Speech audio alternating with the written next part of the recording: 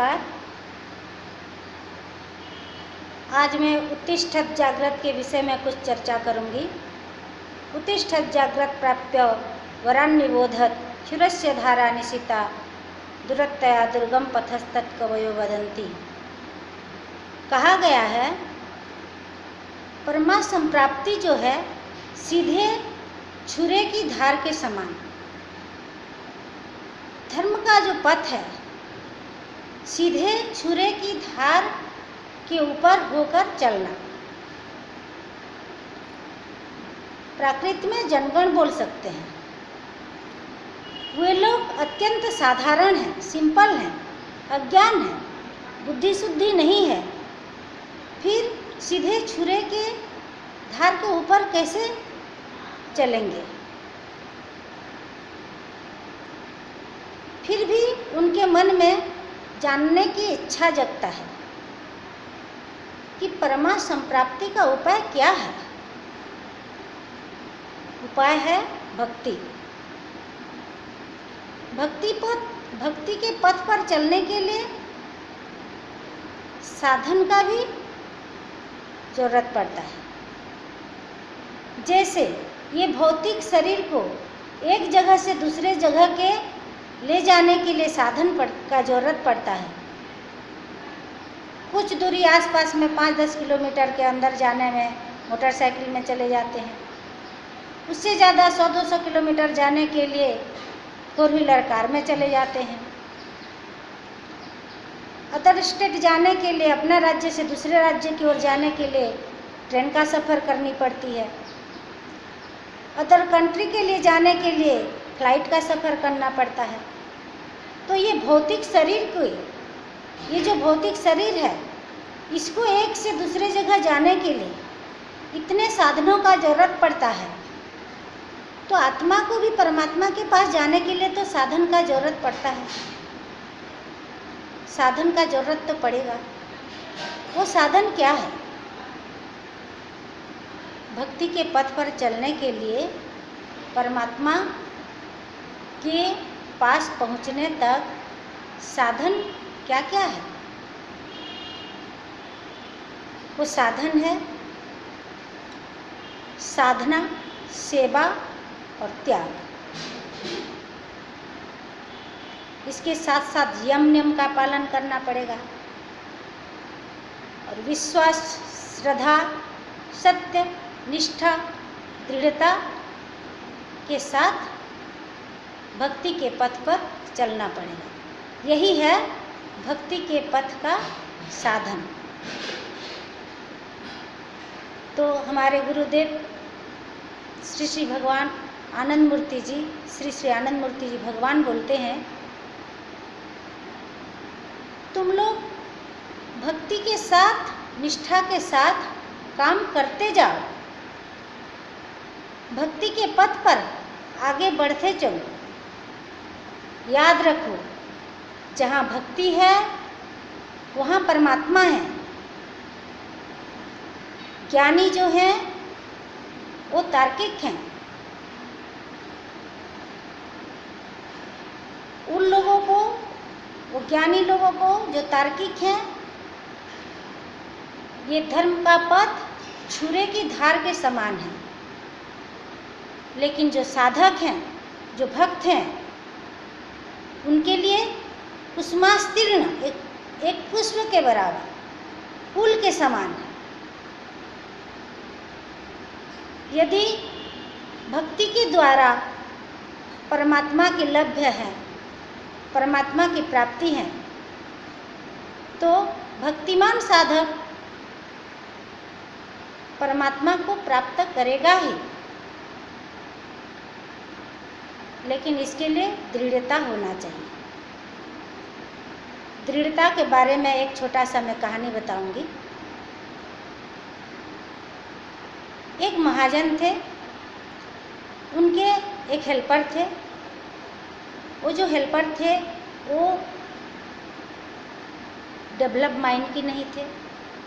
उनकी जो बुद्धि है, बुद्धि का विकास नहीं था, मन की विकास नहीं था। वो महाजन ने बहुत गायें रखे थे। गाय बछड़े चराने जाते थे वो मूढ़ व्यक्ति, रोज उनका ड्यूटी था। एक दिन एक बछड़ा खो गया। महाजन ने बोले एक बछड़ा कहाँ गया? वो मूढ़ व्यक्ति बोले खो गया। महाजन बोले जब तक ये बछड़ा नहीं लाएगा तब तक तुम यहाँ का नौकरी नहीं कर सकता, तुमको नौकरी से निकाल दिया जाएगा, तुमको दंड मिलेगा, तुमको दंड दिया जाएगा, सजा दिया जाएगा, नौकरी से निकाल दिया जाएगा।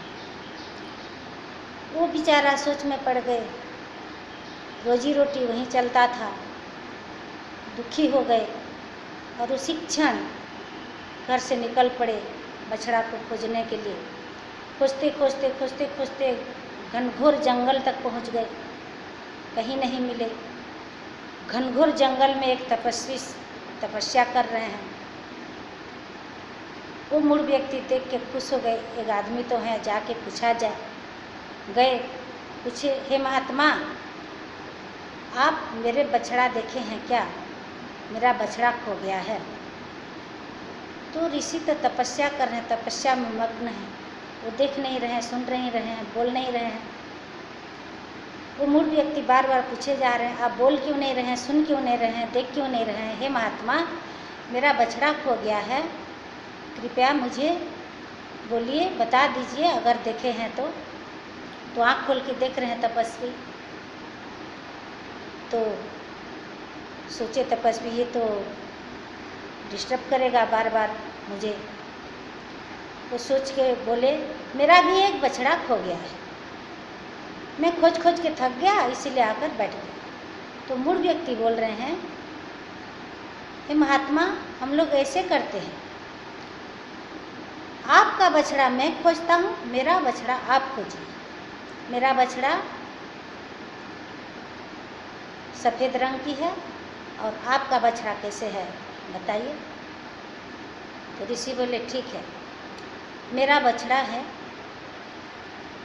नीले रंग की, हाथ में बांसुरी है, सर में मोर मुकुट है, जैसे कृष्ण का रूप रंग वेशभूषा को वर्णन कर दिए। मूढ़ व्यक्ति बोले ठीक है अब चलते हैं खोजने। वो चल पड़े, तपस्वी फिर तपस्या करने बैठ गए। जाओ अब खोजते रहो भगवान को, कहाँ से खोज के लाएगा। और वो मूढ़ व्यक्ति भूल न जाऊं कह के नीला रंग, बांसुरी वाले, सर में मोर मुकुट, जैसे इष्ट मंत्र की तरह जाप करते, स्मरण करते, बोलते बोलते वो जंगल में घनघोर जंगल में खोज रहे हैं। वो कांटा भी गड़ रहा है, पत्थर का भी ठोकर लग रहा है, कुछ महसूस नहीं हो रहा है, इतना व्याकुल है खोजने के लिए। लास्ट में खोजते खोजते जब उनका एक कदम भी और आगे बढ़ने के हालात में नहीं रहे, तब भगवान को दया आया। कृष्ण जिस रूप में वर्णन करके बोल रहे थे, खोज रहे थे, उसी रूप में आके वो मूढ़ व्यक्ति के सामने खड़े हो गए। मूढ़ व्यक्ति देख के गुस्सा आया उनको। वो क्या जानते हैं कि ये भगवान है। बोल रहे हैं तुम यही हो, तुम्हारा मालिक खोज खोज के तुमको थक करके बैठ गया है, चलो करके डंडा उठाए और डंडा में मार भी लगाए। भगवान मार खाते खाते आ रहे हैं। यही कहते हैं भक्त की भगवान, भक्त की अधीन, भक्त के अधीन भगवान मार खा के भी आ रहे हैं। तो ऋषि के पास पहुँचे, देख रहे हैं ऋषि तपस्या कर रहे हैं। वो मूढ़ व्यक्ति को फिर गुस्सा आया, मैं आपका बछड़ा को इतना कष्ट करके खोज के ले आया और आप अभी तक बैठे हुए हैं, आप मेरे बछड़ा को खोजने गए भी नहीं। ऐसे करके चिल्ला के जोर से गुस्सा से वो डंडा उठाए मारने के लिए। ऋषि आँख खोल के देख रहे हैं तो कृष्ण भगवान बांसुरी लेके मुस्कुरा रहे हैं, खड़े हैं। इधर एक मूढ़ व्यक्ति डंडा उठाया है। वो ऋषि, वो तपस्वी आश्चर्य हो गए, सोच रहे हैं मैं सालों सालों वर्षों वर्षों करके जिनको पाने के लिए मैं तपस्या कर रहा हूँ, आज तक नहीं पाया। इस मूढ़ व्यक्ति आज एक दिन में खोज के ले आया। ऐसे सोच के सुत बुत हो के कृष्ण के चरण में साष्टांग प्रणाम होकर के गिर गए। और वो मूढ़ व्यक्ति डंडा उठा के मारने जब लगा, भगवान बोले रुको, क्योंकि भगवान के लिए तो दोनों भक्त बराबर हैं, एक ज्ञानी है और एक अज्ञानी है। भक्त तो दोनों हैं, बचाना तो दोनों को पड़ेगा। तो बोले आप शांत हो जाइए, आपका जो बछड़ा है मैंने देखा है, मेरे ही आसपास में वो चल रहा था, चलिए हम लोग ले आते हैं। फिर जाके कृष्ण भगवान बांसुरी बजाए, बछड़ा आ गया, उनको दे दिए। ये कहानी के पीछे ये सीख मिलता है कि वो मूढ़ व्यक्ति के पीछे, उस मूढ़ व्यक्ति के अंदर कितना दृढ़ता था। तो साधक को भी ऐसा ही दृढ़ता होना चाहिए कि जब तक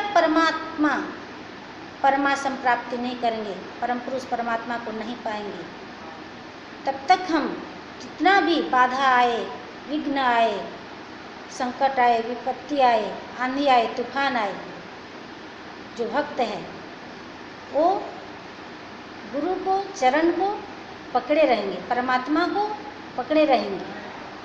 तब क्या होगा, धीरे धीरे सब बाधा पार हो जाएगा और रास्ता सहज हो जाएगा। एक कुसुमास्तीर्ण के बराबर, फूल के बराबर आसानी हो जाएगा। तो हमारे आराध्य गुरुदेव भगवान श्री श्री आनंद मूर्ति जी बाबा बोलते हैं, तुम लोग साधक हो, तुम लोग भक्ति के पथ पर चल रहे हो, जय तुम्हारी ही होगी। पटना 6 अगस्त 1978 को इस प्रवचन को बाबा बोले थे। नमस्कार।